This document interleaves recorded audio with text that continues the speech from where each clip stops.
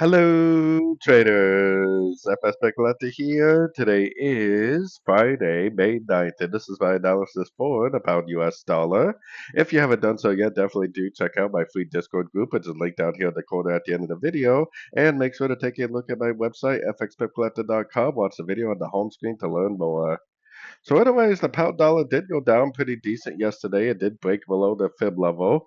I would definitely expect to see a much deeper pullback, at least a 38% minimum, and it could even go down to one of these much lower Fibonacci levels.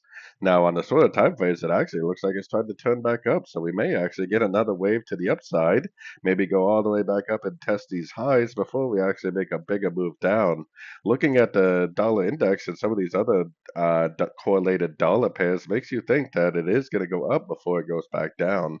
So if we take it down to the 1 hour time frame, you can see that price is starting to try to break structure to the upside. It actually is breaking structure to the upside.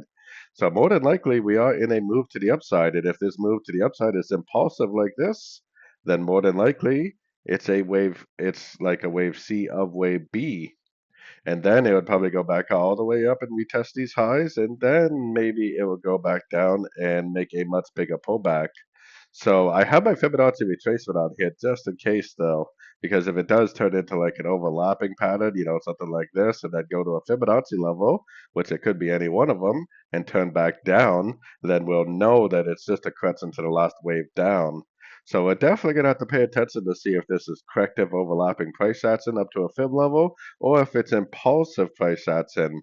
There's a big difference between impulsive price action and corrective price action. So if you're paying attention to the price, you should be able to tell a difference about whether it's impulsive or corrective.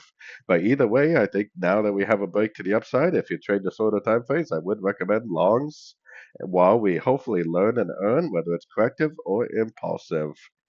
So anyways, don't forget to like and subscribe. And as always, thank you for watching and happy trading.